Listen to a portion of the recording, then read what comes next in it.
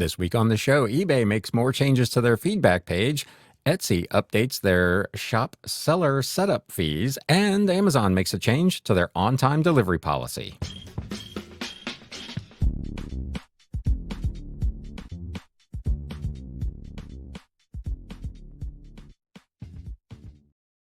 What is up, Galaxians? Welcome to episode number 257 of the Galaxy CDs, Rocks, and Flips Reseller Talk podcast. My name is Ryan, and I'm going to be your host. We got a little bit of reselling news this week, some stuff going on over at eBay with some changes to their Facebook page and some other things going on that are going to be of big interest to people in the trading card business. Etsy, very quietly and without much of an announcement at all, made some changes to their initial shop setup fee, which has caught some sellers by surprise. And Amazon, as I mentioned, has made a change to on-time delivery policy for fulfilled by merchant sellers that has some people up in arms. So with all of that little housekeeping out of the way, let's jump in to this reselling news. News updates.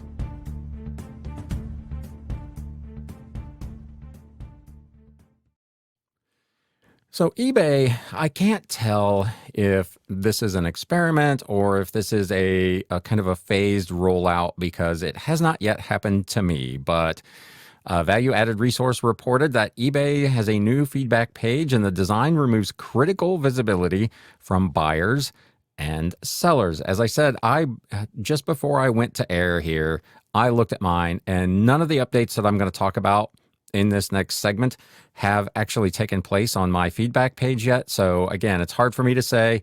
We talk about this, I feel like, every week. You can't tell sometimes with eBay because of the inconsistency of the way they roll these things out, which things are an experiment or a test or which things are just phased rollouts. But they appear to be, as this article says, and I just mentioned, testing or rolling out more changes to the feedback page design, this time removing critical information like feedback left for others and whether feedback was received as a buyer or seller, leaving users, in theory, more vulnerable to bad actors on the platform. The old feedback page showed how long the user has been a member, what country their account is registered in, which may be different than the location on the listings, and allowed for filtering to see feedback received as a buyer, received as a seller, and left for others, which is what we're all familiar with, at least on the web browser. I've not found this actually on the updated version of the app. It doesn't look like you can do that kind of filtering, but on the web, you've always been able to do that. The new design removes the country and registration dates completely, and the sort and filter options no longer allow you to separate feedback received as a buyer or seller, or to view feedback left for others. There's an image on the screen. If you're watching on YouTube, you can kind of see the new look. They've gone to this kind of more rounded and streamlined look. I guess, again, as I said a couple of weeks ago about something, you could say what you want about the aesthetics of it. It may be better looking, but it seems like at each step of the process, they're removing more and more filters and more access to information and data. If you're watching on YouTube, let me know in the comments, have you seen this change on your feedback page, on your eBay account, on the web? And if so, have you been able to find the filters or find a way to go back and find this information, which some people would find fairly useful? I generally don't dig all that deep in the feedback. I look to see if it's 99 or better percent, and then I may look at a few feedback comments, but I generally, for my own part, I'm not looking to see whether it was left as a buyer or a seller or feedback they've left for others, unless I have some very specific reason that I might want to know that. But again, you can let me know in the comments whether that's something that you do or not. So with this change, has caught people by surprise. They previously tested getting rid of the ability to see feedback left for others last year before they reverted back to the old design. As noted at that time, removing visibility to critical information in feedback profiles will erode trust in the platform and make both buyers and sellers less safe transacting through the site in multiple ways. They've got this whole big other push going on where buyers have not been able to leave feedback for sellers on the seller's performance in the transaction without also leaving some sort of review for the product that they purchased, which has caused many buyers to just not leave feedback altogether because they can't, as we talked about, I think a couple of weeks ago, they can't. Sometimes you get a product and you don't even look at it. You don't open it. You don't use it for quite some time. but you want to leave feedback for the seller that says, hey, I got this thing on time. It was as described. This was a good transaction, without necessarily having that tied to having to leave a review for a product which you may not have had time to even use, let alone fully determine how you feel about it. Many sellers rely on viewing feedback left for others when entertaining offers to avoid possibly engaging with quote-unquote problem buyers who may be prone to leave unreasonable feedback or engage in feedback extortion. One seller wrote in today, I'm seeing a different looking page when viewing a person's feedback. Looks like you can sort it different ways, but I cannot figure out how to see the feedback left for others with the new screen. All I could see is the feedback received for that person, whether they were a buyer or a seller. Could not find feedback that they left for sellers. As a seller, when I receive an offer, I almost always look at the feedback that potential buyer has left for others before I decide to accept their offer. I'm going to be very unhappy if that is not something we can do anymore. Maybe I should, but I don't. If I get a reasonable offer, I just go ahead and take it. It never occurred to me, I guess, really, even to go look at a buyer's feedback before accepting an offer, but I suppose a lot of people do. Another seller wrote in, without the ability to see feedback left for others, that takes away one of the very few tools sellers have to protect their accounts and spot abusive buyers. I'd also like to reinforce that redesign requires umpteen more clicks to see basic info. Why does eBay constantly disrespect us, and how valuable our time is by hiding everything behind never-ending clicks and pop-ups? This is one of the things I hate most about eBay. I talked, I don't know if it was last week or 2 weeks ago, about the changes that they were making in like the advertising page and the listing pages. And they are, again, arguably more aesthetically pleasing, but this particular person is absolutely spot on. There are things that I used to be able to do in a couple of clicks that now take multiple clicks at different points on the screen. You really got to look around to find the stuff that you're looking for. They have made it much more difficult to access things that you want to do on a regular basis. Again, if you're watching on YouTube, you can let me know in the comments what your experience has been with any of that. But there have been a couple of things where I have found that again, we're not talking about it's changed from seconds to minutes, but when you're processing hundreds of transactions a week or handling hundreds of items a week, those extra 10, 15, 20 seconds per transaction or per item start to add up over the course of a week. So why they've chosen to make the site look more streamlined, but not actually function more streamlined, is a bit of a mystery to me. The article continues, and of course, as always, I will link to these in the show notes in the video description below. More importantly, much of the information that was previously included on the feedback profile page also served as important consumer protection checks that could help savvy buyers avoid scams and fraud on the site, protections that have now been stripped from the new design. For example, one very common red flag to look for to avoid scammers engaging in triangulation or other kinds of fraud is to compare the shipping location on item listing pages to the account registration country on the feedback profile page. If the listing says it ships from a U.S. location, but the account is registered overseas, it's not always proof of a scam, but buyers should absolutely proceed with caution. Fraudsters also face a challenge when using brand new accounts, as buyers are less likely to trust a selling account with zero feedback, especially if they're looking to purchase in-demand and or high-dollar electronics or luxury goods.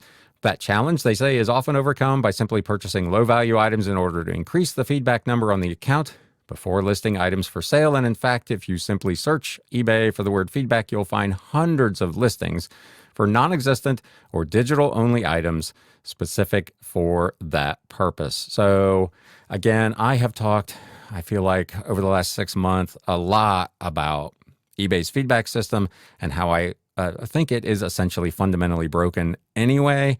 But these things just continue to add to my feeling of disdain for eBay's feedback system. You can let me know what you think in the comments. As always, you can also email me at galaxycds@gmail.com, or you can hit me up at galaxycdsrocks over on Instagram.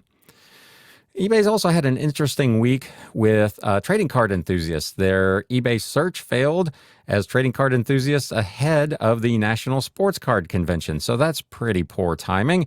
Trading card collectors were left scratching their heads this week when an apparent eBay glitch caused the online on-site search to show random and extremely irrelevant results. This is not the first time eBay has had a problem over the last month with erroneous results being generated from their search. So something is definitely going on over there.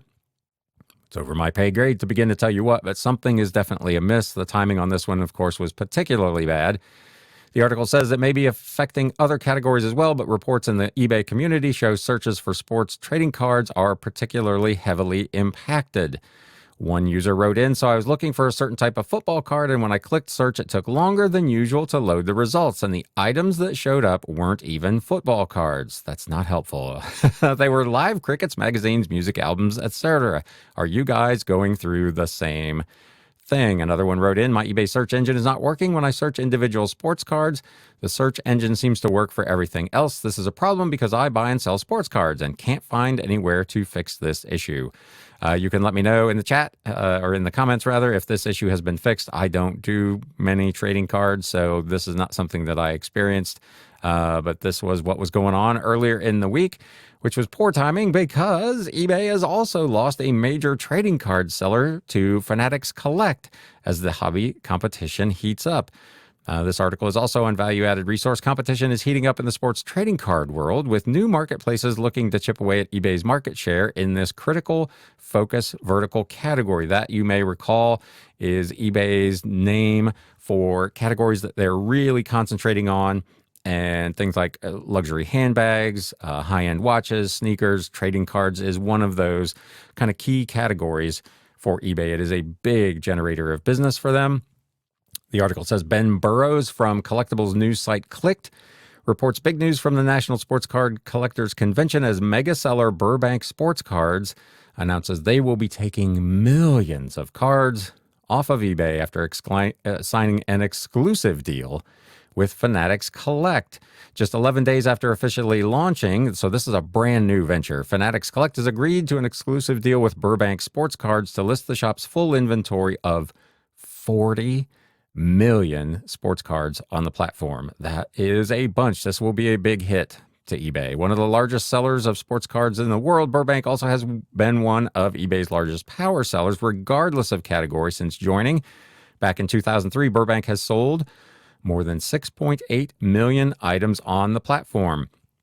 And I would say, just as an aside, that goes to show, you see a lot of sellers talk about not having big levels of inventory, that you just want stuff that is going to be fast turn, fast flip, high sell-through rate. Here is a seller who's been on since 2003 that currently has 40 million listings, 40 million cards on the site, and over the last 20 years has only sold 6.8 million items. I say only just as a comparison to the number of listings they have. So again, just another example of something I talk about here pretty regularly, that there is more than one way to do this. What works for you as a seller of luxury handbags or shoes may not work for someone like me who's selling in books and media, or someone like this who's selling in sports cards. For that type of business, having a large, long-tail inventory for that one random person that might be looking for a particular item makes good business sense. So as I always say, just be cautious and about where you get your information, and think long and hard about how that would apply to your business. Moving on, Burbank sports card owner Rob Verez told Clicked having a conversation that included exclusivity away from eBay. That's a terrifying thought. eBay is such a large part of our revenue, and there's also the relationship that we built there over the years with just tremendous people, but sometimes you've got to take a leap of faith. I always feel that there's a glass ceiling with any marketplace I've been on. You keep working, you keep pushing, you keep adding inventory, and it doesn't seem to move the needle in a lot of cases with some of the places that we've been. I feel for the first time that I have an unlimited opportunity on a platform. This article points out, unfortunately, that's a sentiment I've been hearing from a lot of eBay sellers lately across many different categories, but it's particularly alarming to hear it from such a large seller who'd been selling on the site for over 20 years. The announcement, they said, caps off a rough week for eBay at the National as a massive search glitch, which we just talked about, hit the trading card category hard, showing those irrelevant search results. So big goings on over in the trading card business, over at eBay, and in some cases now leaving eBay. We talked a little bit about this. The Seller Hub active listing page UI update consolidates search and filters. eBay's rolling out new updates to the search, or rather to the Seller Hub active listing page with consolidated search and filter functionalities to simplify the user experience. Again, as I mentioned earlier, that has not been my experience. I am not finding it easier to use. I'm finding it to require a lot more clicks than it did previously. Let me know in the comments what your experience is. The article says initially the changes have been applied to about 5% of seller accounts, with more being added over the coming weeks. Longtime eBay community member Wasting Time 101 provided screenshots for those who've not yet seen the new design. Heard from a seller that it has a new view today, at least for active listings. Forgot to ask about the order page in the video. I loved what eBay did with repeat buyers on the order page. With my buddy's permission, I'm posting screenshots from his new active listings compared to the old view, which most of us are still seeing. The green line is the divider, the top is the current, soon-to-be old view, and the bottom is the new view. And again, I will link to this if you're not seeing this yet on your site. You can go to this article and view these screenshots of what it looks like and how it has changed. It is, again, it's a more pleasing look. In theory, there are more filters that you're able to use, but accessing and actually using them to find relevant information, maybe it's just a bit of a learning curve, but it seems more complicated. But there is all kinds of stuff here, all kinds of changes going on over on Seller Hub. You've got this. You just had the advertising changes that were made over the last couple of weeks that many sellers are seeing. So there is a ton of stuff being changed over at eBay. While you could make the argument they continue to have problems actually doing their primary job, which is getting buyers to find your items so that you can make sales. So anyway, let me know what you think about that. They did note also that the search box is no longer compatible with browser autofill, which is something sellers have been talking about for a while. Even after searching the same term a few times, that field appears to be exempt from working with autofill. As this rolls out, I'm sure you'll be hearing feedback from many sellers. I do all of mine, as I talk about pretty regularly, almost exclusively from the mobile app, and I've not found that really to be the case there. But on the website, that apparently is the way it's working. The new version of the feedback form is no longer compatible either with browser autofill. And apparently there have already been dozens of complaints about that. Also, they said the search box has no button to click with a mouse or trackpad, which forces you to use the enter and return key. This has been called out as annoying. Not sure if feedback could move the magnifying glass over to the right of the box and turn that icon into a button with submit function like we see up above here on the forum. Why you would not have a clickable search thing in the search bar makes no sense to me whatsoever. But I guess they assume probably that you're already typing to put the thing in and you're just going to hit return. I don't know. It seems like a simple thing to fix and a bit of an oversight on their part. But there you go. The new one doesn't seem to have a summary setting to see if anything has a bid or money total. Another user said the same thing. Is there no way to set it to show the only listings we have to keep track of, auctions with bids, until that ending today notice pops up and we reset it to show buy it now ending today? Others were frustrated that they no longer had visibility to see watchers or auctions with bids. Again, I looked at mine earlier today. I don't have that particular issue. I'm still seeing things. So this is, again, as I've talked about numerous times, one of those kind of phased rollouts where some sellers are seeing things that other sellers are not, and it makes it very difficult to even really give proper feedback to eBay of whether something is working or not, because it isn't consistent across all users. So let me know. Let me know how you're doing, Galaxians. It's a mess over on eBay. Oh, what a shame. Gosh. So much stuff here. So I will link to this so you can go through and read all of these updates that are being made and the various problems that it is causing people. There's a ton of options to go in and set your seller page to show you the specific things that you want. Most of us have already had that done, and it feels like these changes have kind of undone things sellers have already set up. So they're having to go back through and do a lot of additional adjustments. Moving on to Etsy. This wasn't really even announced. It's something that had been discussed quite some time ago. without any real further discussion. But all of the sudden, without warning, Etsy has moved to a variable shop setup fee in an unannounced policy update. You may recall late last year, as part of their trust and safety rollout, they had started a shop setup fee. I believe it was $15. It's probably in this article. It was $15 to open a shop, but now there is not going to be a set amount. Yep, right there it is in the first line. If I just scroll down a little bit, this unannounced change to their fee and payments policies took the new shop setup fee from a flat rate of $15 to a non-specific amount based on, quote, a number of factors.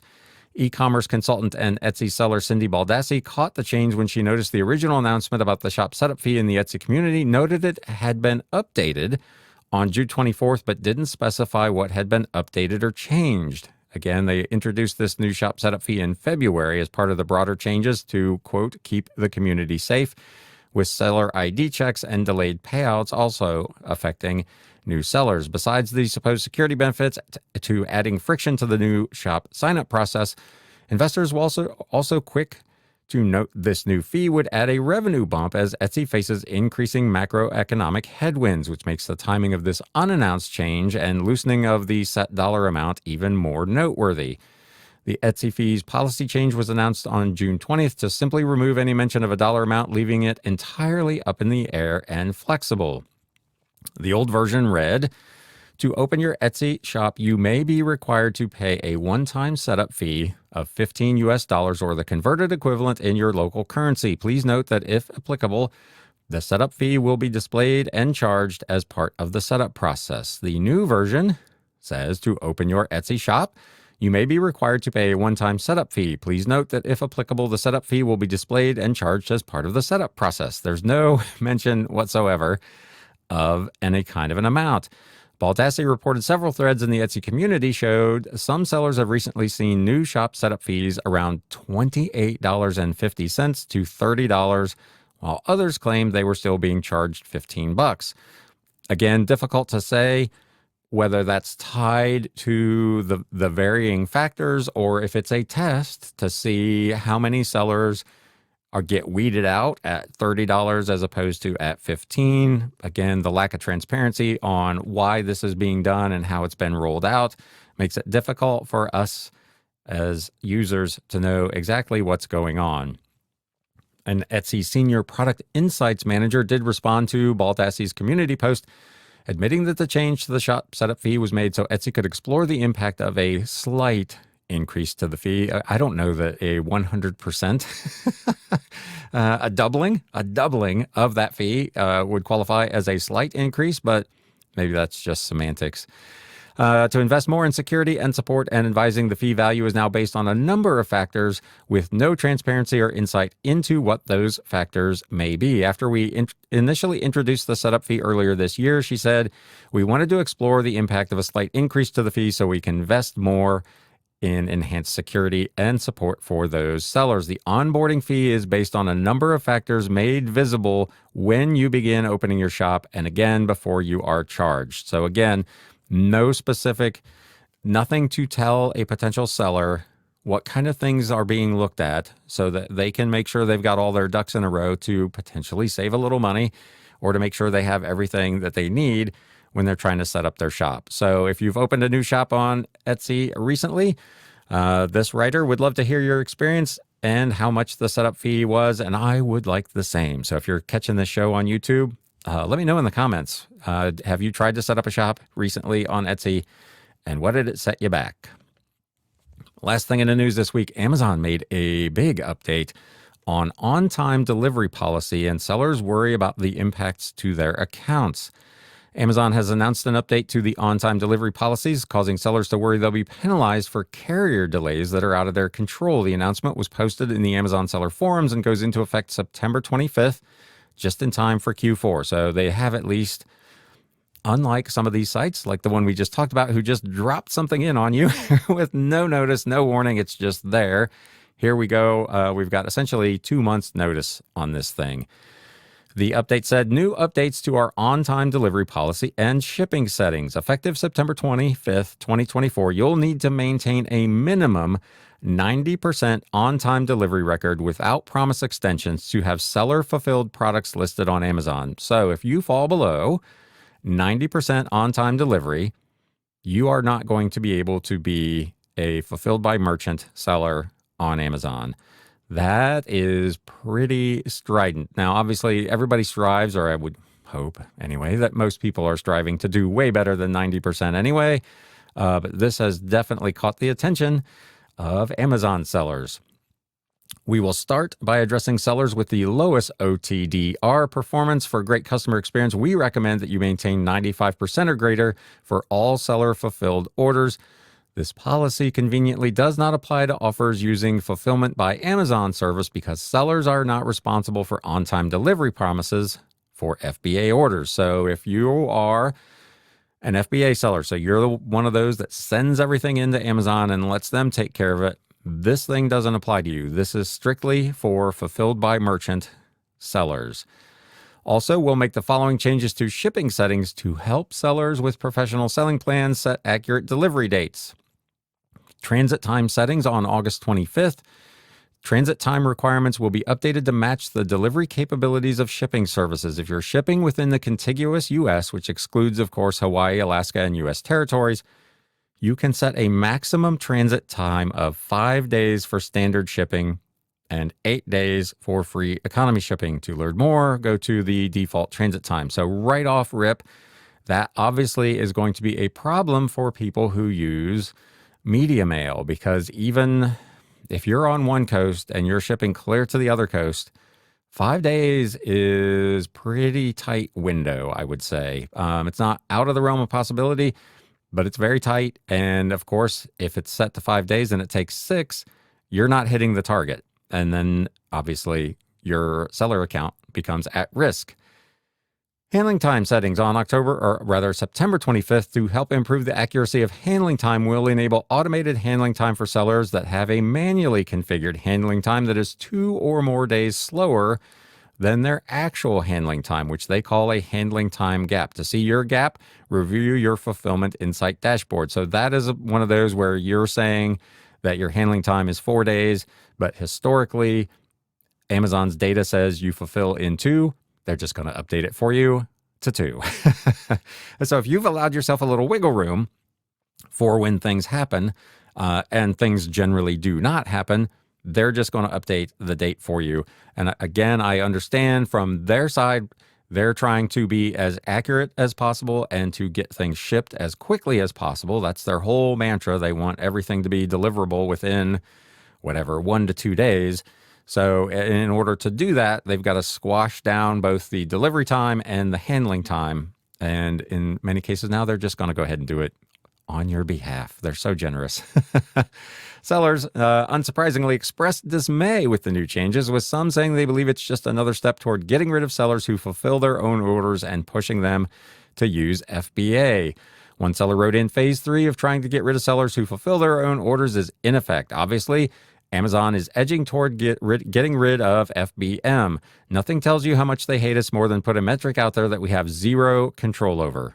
Ridiculous. This is Amazon jumping the shark right here. That said, we're at 96.7% right now. We all know what will happen during the holidays, though, and it will be game over for all of us through no fault of our own. And that could be true because, again, in my personal experience, the last couple of Christmases have not been bad. But if I go back 3 years and 4 years, Q4 was particularly bad with late deliveries. And if you can only have 10% be late and the post office gets really jammed up, that's really going to affect you. As far as I can tell, they're not saying, I didn't see a time frame. So is this a rolling 30 days of evaluation? Is this a quarterly evaluation? I don't know. If you're an Amazon seller and you've got this notice, let us know in the comments if they were specific about what the time frame for this measurement is. You would think there would be some grace period if you fall below for 1 day and then you get some orders that go out and you're back on track, that they're not going to eliminate you immediately, but it is Amazon, so I don't know. Another seller said, this entire thing is an outrage. I think that's it for us. We're going to have no choice but to quit Amazon. They finally found the final nail to hammer out sellers and businesses with. None of us makes any sense, and there's no way to manage and control all of that. Whoever came up with this, too many geeks in the kitchen, should be fired. Total nightmare all of this is. So what exactly are they changing in the shipping templates without telling us? It's all confusing. How will this change to Amazon's on-time delivery policies impact your business? The writer wants to know. They want comments, and so do I. Let me know what you think, what you're going to do if you are a seller on Amazon, how this is going to affect your business. Will you consider leaving Amazon? Will you consider switching your stuff over to Fulfilled by Merchant? If you are going to leave Amazon and you're not currently selling somewhere else, where would you consider going to replace that piece of your business? I'm always curious to know what other sellers are doing. Speaking of selling stuff, let's have a look at a pretty massive What Sold update.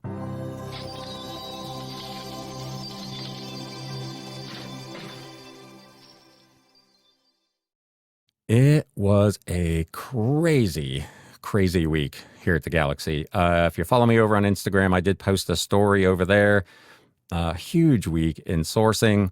I did a short video, I think a TikTok and an Instagram reel about the importance of networking, something I talk about pretty regularly. And that really paid off for me this week in spades. So I went to 3 estate sales and made a pretty good amount of purchases there. I mentioned last week that I had been contacted by a seller about a big free pickup, which I also did this week. And then another seller reached out to me on Saturday with a second big estate buyout. So all told this week, I picked up 1,177 books for a grand total of, $498, about 47 cents a piece, I think what it worked out to. A lot of really cool stuff. So if you're a book lover and you're not following my shop over on eBay in particular, feel free to do that because there's some really cool stuff that's going to be going up there. It was a great week for hauls. It was also a very busy week in sales. 97 listings sold, including the, I think, 15 or 16 we're going to cover here today. So this first item sold over on Etsy, a Victorian naturalist, Beatrix Potter's drawings from the Armit collection. This was a hardcover in its dust jacket. I picked this up at an estate sale as part of a big a buyout at the end of a sale, kind of like what I had just discussed. So my cost of goods sold on this bad boy was just 91 cents. Had it listed for $22.99. It sold on my sale for $20.69 plus shipping. I paid $2.80 in regular fees. This did sell through Etsy's offsite ad program, so I paid an additional $3.91 in fees. Total cost $14.54. So this $20.69 sale netted me $14.07. eBay. Yearbooks. I feel like every week here lately I've been talking about yearbooks. This is a high school yearbook from Fairmont West High School from 1978.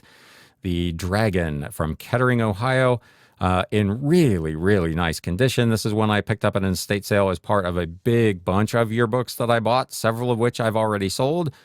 I paid $2 for it. This I sold on a best offer of $21. Shipping was paid $6.88. I did make a little bit on shipping because this went out ground advantage, which was only $6.36. The order total, $29.69. I paid $3.70 in fees, plus my shipping and cost of goods sold. Total cost $13.87. So this $21 sale netted me $15.82. Continuing on eBay, another book from the Dayton area. Bellbrook, 1816 to 1981, published by the Bellbrook Historical Society, illustrated hardcover, kind of a history of the city. This was also a best offer. This is another book that I picked up at that same estate buyout as the first item, so my cost of goods sold was 91 cents. This sold for $22 plus shipping, paid $4.33 in fees. Total profit on this $22 sale was $16.76.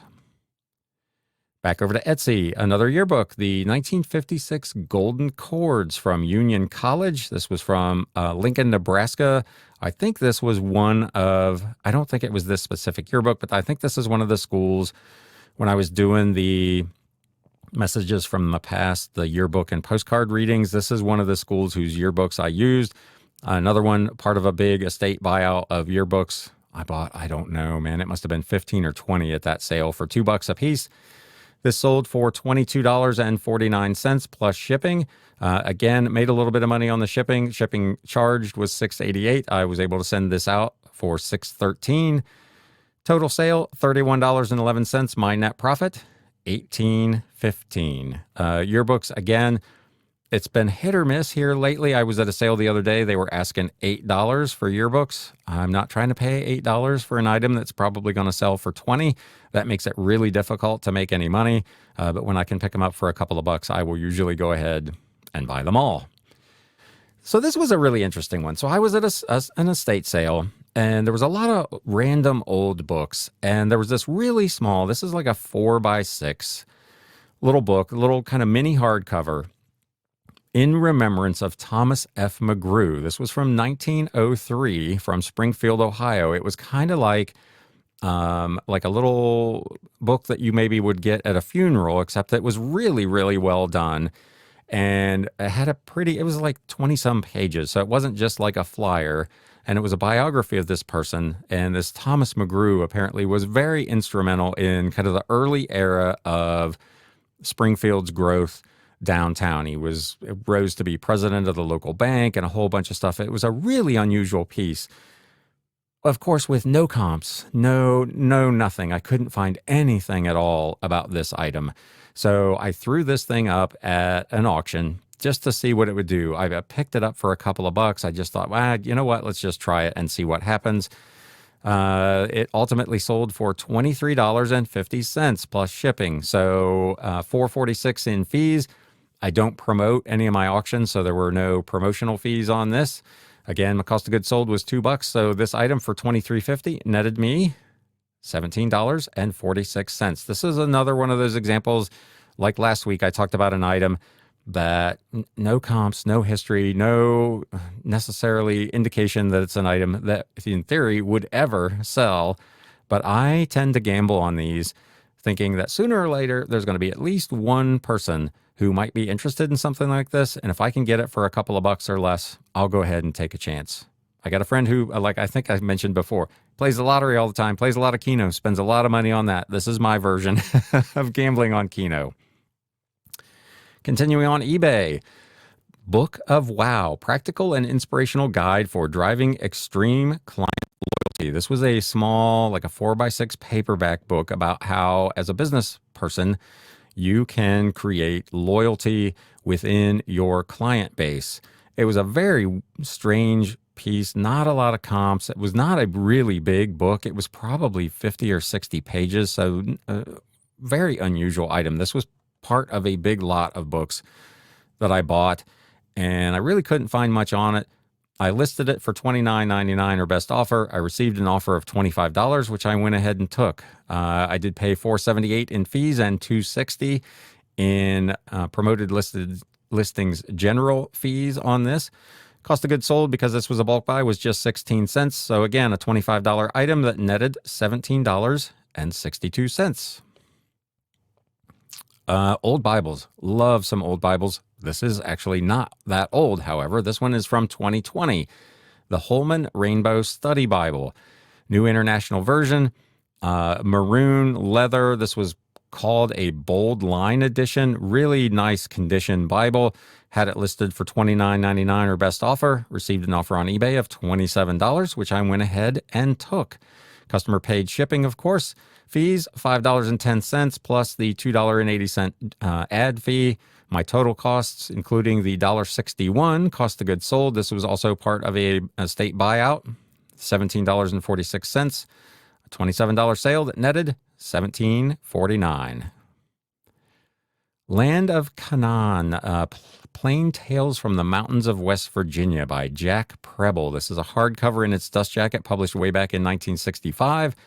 Was in reasonably good condition. The dust jacket did have some wear, but this was another one, part of a big estate buyout. I think I bought 100 odd books at this sale for what ended up being $1.64. This sold on an outbound offer. It was listed for $32.99. I sent my 15% off offer and sold it for $28.04 plus shipping. I paid $5.10 in fees.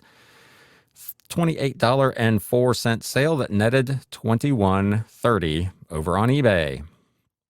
Another one on eBay, The Life and Labors of Livingstone by J.E. Chambliss from 1875. Illustrated hardcover that was actually in really, really nice condition. Had it listed for $39.99. Received an offer of $33.99, which I went ahead and took. Plus shipping, of course. This was $6.08 in regular fees, $3.38 again in promotional fees. $33.99 item that netted $23.62. Cool old book in really, really nice shape. Warplanes of the World, 1983 and 84 by Nicholas Cravini. This was an English language version. This book appeared to also be in German. Interesting piece, picked up at the same estate sale as the book we just talked about. So I'm into this for $1.64. Sold for full price, $38.99 over on eBay. This was kind of like a vinyl cover on this, so like a working type book, a reference book of airplanes, military planes from throughout the world, kind of like the Jane's Navy or whatever type books. So really neat piece. $38.99 plus shipping, $6.86 in fees. Another promoted listing, $3.84 in those fees. $38.99 sale that netted $26.65. Another old yearbook. It was the week of yearbooks. The Cincinnatian from 1960, University of Cincinnati, volume number 67. The key thing with this one is that it featured the legendary Oscar Robertson. He went to, as you may or may not know, if you're a big basketball fan, he was a UC Bearcat alum. This was during his time there. So this had a little more value than some of the regular $20-odd yearbooks I sell. I had it listed for $49.99 or best offer. I received an offer of $40. I own it for $2, so I went ahead and did that deal. $40 item. I paid $6.12 in fees and for $12 in promotion fees. Again, you're sensing a trend here. A lot of promoted listings sold this week. $28.49 total net profit. A True Relation of the Holy War, made by King Shaddai upon Diabolus by John Bunyan. This was a book from the late 1800s, was in really, really poor condition, but was unusual enough. I talk about taking a chance on old damaged books, and this is one that paid off. This was part of that big estate buyout from a few weeks ago. I'm into this for 91 cents, and it sold for $44.99 plus shipping. I paid $7.18 in fees, so my total net profit, $36.90 on this old book. Don't be afraid to pick up books that have particularly exterior cover damage. They can still bring really pretty good money. Just picked this up last week, part of an estate buyout that I did last weekend. Unusual book. I probably underpriced this because I just couldn't find any comps on it. Ohio Tax Laws Annotated from 1941. This also included Rules of the Board of Tax Appeals. It was published by the Department of Taxation by the state of Ohio back in 1941. Very unusual piece with just tax tables and laws. Again, I really couldn't find anything like it. I didn't know where to even begin to price it. It was something I didn't really want to try at an auction, so I just priced this thing at $49.99 plus shipping. And again, the first clue for me that I priced it too low was I sold it within 24 hours. I'd rather sell them sooner than later, but that one went really fast. So I'm only into this book for 79 cents, so it actually worked out all right. $49.99 plus shipping and fees, $8.73 in fees. Total net profit, $41.88. This was also from an estate buyout. A bunch of old like metallurgy and science books at this estate sale. I probably spent 2 hours in the basement going through, finding all these books. This one was from 1977, Color Metallography by E. Baraha and B. Spiegler from, again, 1977. It was a first printing illustrated hardcover with its dust jacket. Really cool old book of metal, taken the photos and stuff taken in a lot of cases by electron microscopes. It was a really, really interesting piece. There had been a few over the years that have sold for pretty good money, so I listed this thing at $89.99.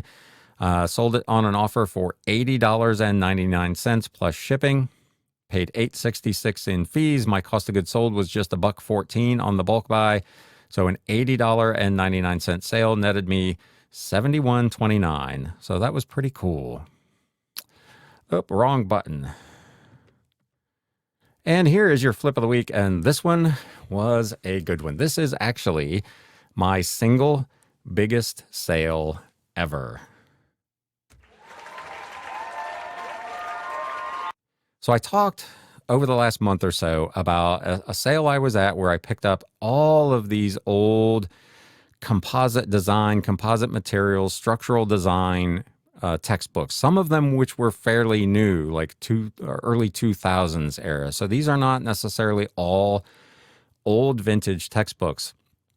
It was the last day of the sale. Hundreds, literally hundreds of these books in this guy's basement. I bought most all of them. I paid right around $2 a piece for most of these. On this particular sale, all of these were $2 a piece. This is the person who bought 11 books plus a couple others last week. So this person over the last 2 weeks has bought 24 books from me, totaling nearly $800. This sale was 11 of those books for a total combined selling price of $522.89 plus shipping. He paid $18.85 for shipping plus sales tax, so his all-in price on this 11 books was $584.88. I paid $88.76 in regular fees. Oddly, I only paid $4.74 in promoted fees, and I'm kind of been waiting for the other shoe to drop on this because as we talked about last week, with eBay's Halo attribution, if a buyer clicks on an item that is promoted and then buys other items from you that are also promoted, those items should all also qualify to have that fee charged. And in this case, of these 11 books, I was only charged the promoted listings fee on 2 of them, which I will take. I don't want to complain. It was nice, but I kind of keep waiting for the rest of the fee to drop in on those other 10 books because by rights, they really should qualify. But at the moment, $4.74 is all I've been charged. I was able to ship these Ground Advantage Cubic for just $15.31. As I said, $2 a piece, so $22 cost of goods sold. This $522 sale netted me $410.93, which is fantastic. I am beyond thrilled with that sale. That's good stuff. Again, books that everyone else had just passed on. You don't probably naturally think that old textbooks like that are going to sell. They're going to flip. And here's a case where having them in my inventory and being willing to just kind of sit on them and wait and see what happens. Over the last 2 weeks, I've sold 24 of them and made probably close to $600 in profit on them. So really, really pleased with that. It was it and the previous one, plus the 2 big books that I sold earlier in the month from the early 1800s that went for roughly $300 a piece, has been an absolute month maker for my business. It is going to be my best July on record by a country mile, so no complaints there. It's still not going to be my best month ever. It's not even going to be my best month this year. It's going to be like the 4th best month this year, so it's thank God, really, for these big sales that have kind of compensated for the fact that it's been pretty slow otherwise. Let me know in the comments if you found anything in that or you found anything interesting that we talked about today. As always, if you could do me a favor, and if you got something out of this show, hit that thumbs up button to let the YouTube algorithm know that this was a productive use of both of our times. As always, I appreciate you spending a little bit of your week here with me. And now, before I go, one last thing. If you're not normally the kind of person who comes out on Wednesdays for the live show that I do Wednesday mornings at 11 a.m., try to make it this week. I am going to have a sit-down conversation with the terrific Liz O'Kane, who goes by Colorado Reworn over on Instagram. She is fantastic. She is one of those people who really shares her experiences She runs a lot of tests anytime eBay or Poshmark or somebody is running some kind of a promotion and they want you to try it. Here's $100 in free credits to try offsite ads. She almost always does those things and does these great summaries and reports back to her audience about what her results were going to be. I think we're going to have a really fascinating conversation. So that's going to be Wednesday at 11 a.m. on this channel. If you can make it, please feel free to stop by and ask Liz or me any questions that you might have. But I'm really looking forward to sitting down and spending an hour with Liz. So with that, we're going to close it for this week. As always, again, thank you so much for spending a little bit of time. And now it's time to sell. Thanks, guys. You have been listening to the Galaxy CDs Rocks and Flips Reseller Talk podcast. Thank you so much for tuning in, and we will catch you again next time.